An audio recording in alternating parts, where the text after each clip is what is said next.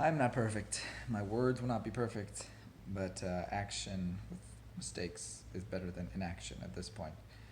Um, Imagine you had a friend who told you that they were your friend and they loved you and they had your back. And imagine if you lost your job under unfair circumstances and they posted it online and were pissed and told you they were upset about it. And then imagine if you lost your grandmother and they posted RIP and posted on Instagram how great your grandmother was, and but they weren't really there for you. They didn't come to the funeral. They weren't there at your house supporting you through that loss.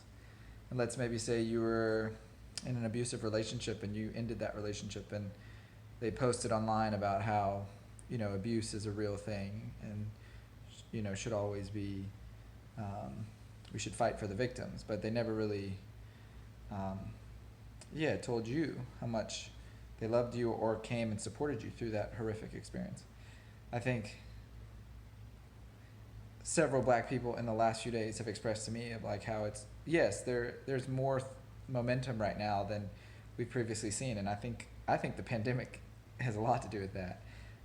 But I've also had 2 to 3 friends in the last 24 hours say, like, this is hopeful, but I'm not holding my breath, because they've seen for years, we, myself included, as the white moderate, you know, express anger on social media, and then in a week or 2 weeks it's forgotten, and they have to go back and live in the same oppression, the same injustice, and so it doesn't feel like anything is going to be different ever. And I am challenging us, and I love social media, and I use it to be held accountable. I want you all to hold me accountable.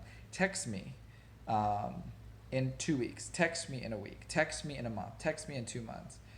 Um, because action is what really matters, and it shows the black community that we care about them. We can say we care all we want. We can post online, and all these things are great. Um, but action, right? Like, are you educating yourself on the black experience?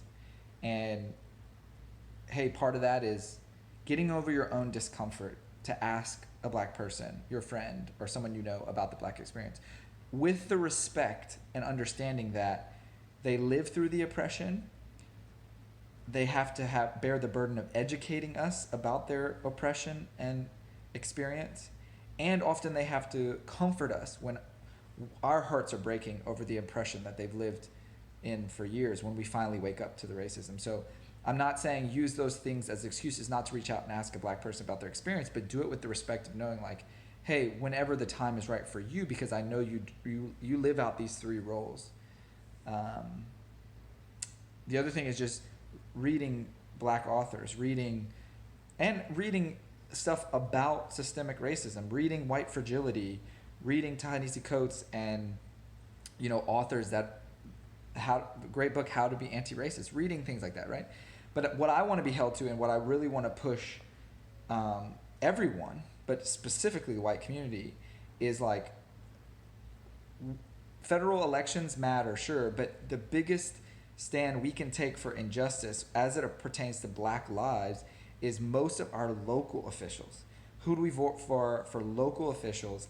And even if those people get elected or not, and even if we aren't in a space to have an election soon, calling the mayor and calling the sheriff's department.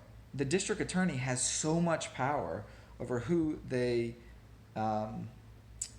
prosecute and not. Like, those are things that, and I'm going to pick a number per week of calls, and I want to be held to that number, so it's tangible and measurable, just like we teach athletes, and we teach people about habits. It's like, it needs to be measurable. I'm not just going to say I'm going to make calls. I'm going to choose a number this next week, and I'm researching local grassroots organizations that have already been doing this, and finding ways that I can support. So obviously, a fourth way would be if you have the finances to, so many people or just bail organizations is a great place to donate, because they're sitting in prison and will often take a plea deal just because they don't have the bail. Even if they're innocent, they don't have the bail money to get out, and now they have a record. So anyways, I say all that to say, like, hey, I love if you did Blackout Tuesday to give black people a voice on social media. I love if you're supporting on online, but